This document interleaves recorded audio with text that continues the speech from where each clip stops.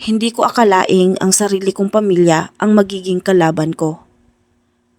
Adit Istorya, pwede po bang huwag ninyong ilagay ang tunay kong pangalan? Hindi ko na po alam kung tama po ba ang nararamdaman ko. Dahil sa pamilya namin, parang kasalanan ng umangat ang isang tao. At ngayon, ako ang pinagkakaisahan nila. Ito ang simula ng confusion na ipinadala sa atin ng isang babae na tawagin nating Mia. At ang kwento niya ay tungkol sa isang pamilya na unti-unting sinira ng paninibugho, inggit at pagkakampi-kampi. Hello Adit Istorya, pwede po bang i-share ninyo ang kwento ko?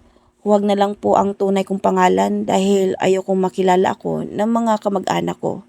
Tawagin na lang po ninyo akong Mia. Panganay ako sa 4 na magkakapatid.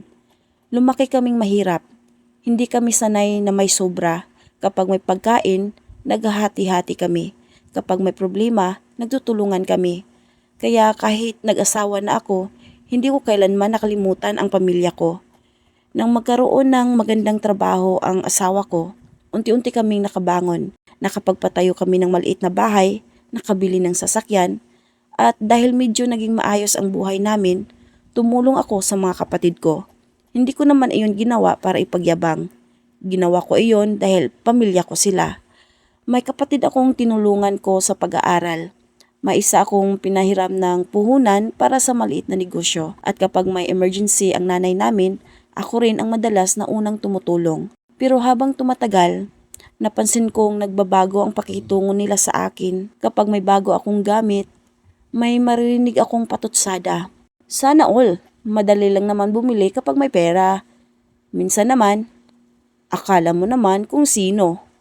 Pinapalampas ko lang, iniisip ko na baka biro lang.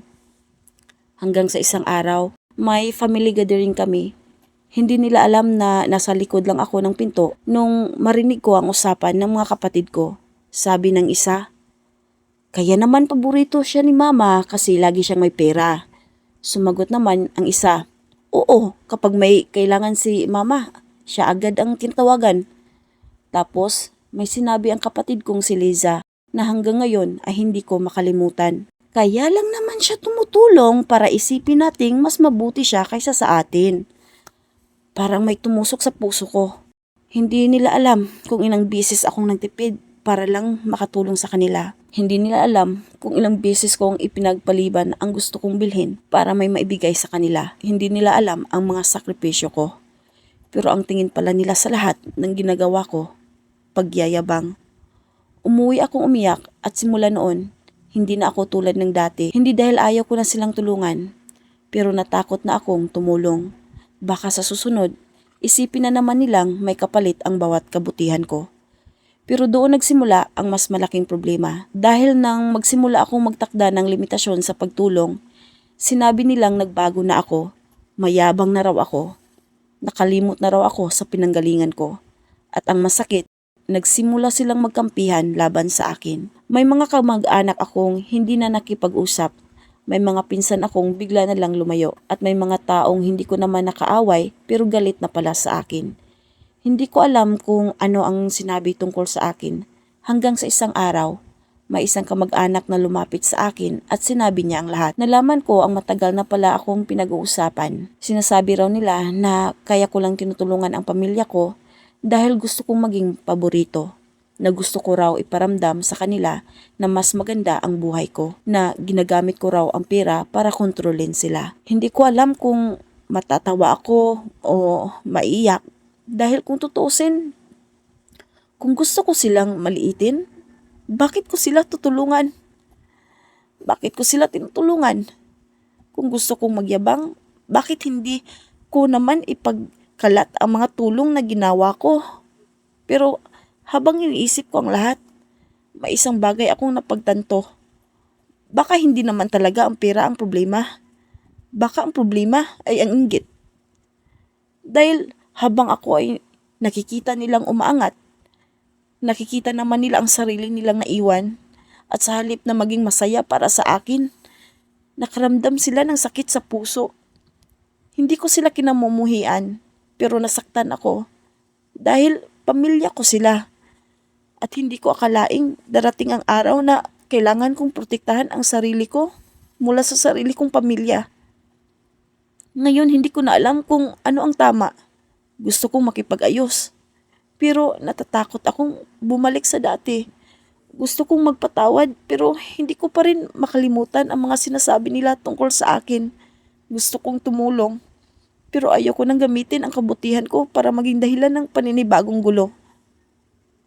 Adit istorya, ako ba ang mali? Mali ba akong magtakda ng limitasyon? Dapat ko pa rin bang tulungan kahit nasasaktan ako? O, o kailangan ko munang lumayo para magkaroon ng kapayapaan? Kung kayo po ang nasa kalagayan ko, ano po ang gagawin ninyo? Sana po ay mabasa ninyo ang confession ko. Kailangan ko po talaga ng payo. Ano ang payo ninyo kay Mia? Kung kayo ang nasa kalagayan niya, tutulong pa rin ba kayo sa isang pamilya na pakiramdam ninyo kung hindi kayo naiintindihan? O lalayo muna kayo para maprotektahan ang inyong kapayapaan? Ibahagi ninyo ang inyong opinion sa comments. Baka ang inyong payo ang maging sagot na hinihintay ng isang taong dumadaan din sa ganitong sitwasyon. Ito ang mapapayo ko sa iyo, Mia, na galing sa Biblia. May isang napakalakas na paalala sa Santiago 3:16, kung saan naroon ang inggit at makasariling ambisyon, naroon din ang kaguluhan at bawat masamang gawa. Minsan, nagsisimula ang kaguluhan sa isang simpleng paghahambing.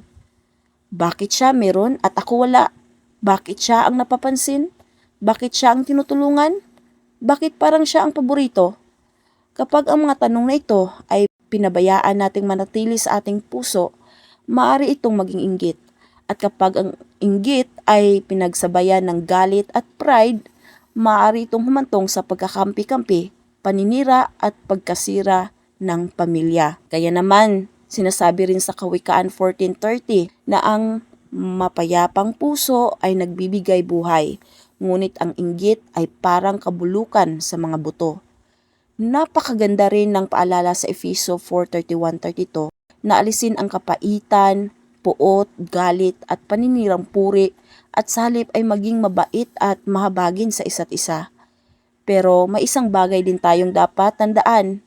Ang pagpapatawad ay hindi nangangahulugang kailangan nating hayaan ang ibang tao na paulit-ulit tayong saktan. Maaari tayong magpatawad habang nagtatakda ng tamang hangganan. Maaari tayong magmahal kahit may distansya. At maaari tayong tumulong nang hindi hinahayaan na abusuhin ang ating kabutihan. Kung ikaw man ay tulad ni Mia na nasaktan dahil sa paninibugho ng sariling pamilya, o ikaw naman ang taong nakaramdam ng inggit dahil sa nakikita mong tagumpay ng iba, sana ay matutunan nating tanungin ang ating sarili. Ang tagumpay ba ng ibang tao ay dapat maging dahilan para malungkot ako? Dahil ang pagpapala ng iba ay hindi nangangahulugang mabawasan ang pagpapala para sa atin. At kung may isang miyembro ng pamilya na umaangat, hindi ibig sabihin na kailangan siyang hilahin pababa. Maaari natin siyang gawing inspirasyon. Maaari tayong maging masaya para sa kanya dahil sa isang pamilya, hindi dapat may nag-uunahan kung sino ang mas magaling, hindi dapat may naglalaban kung sino ang mas mahal, at hindi dapat may kampihan. Dahil kapag ang inggit at pagkakampi-kampi ang namayani, sabi nga ng Biblia, naroon ang kaguluhan. At minsan, ang pinakamasakit na kaguluhan ay hindi nangyayari sa pagitan ng magkaaway, kundi sa pamamagitan ng taong dati namang nagmamahalan. Ikaw, ano ang masasabi mo kay Mia? Naranasan mo na rin ba ang pagkakampi-kampi o paninibugho sa sarili mong pamilya? Ibahagi mo ang iyong kwento sa comments. Baka ang iyong karanasan ang makatulong sa ibang taong tahimik ding nakikipaglaban sa ganitong problema. Maraming salamat mga ka-Adit Istorya sa inyong pakikinig.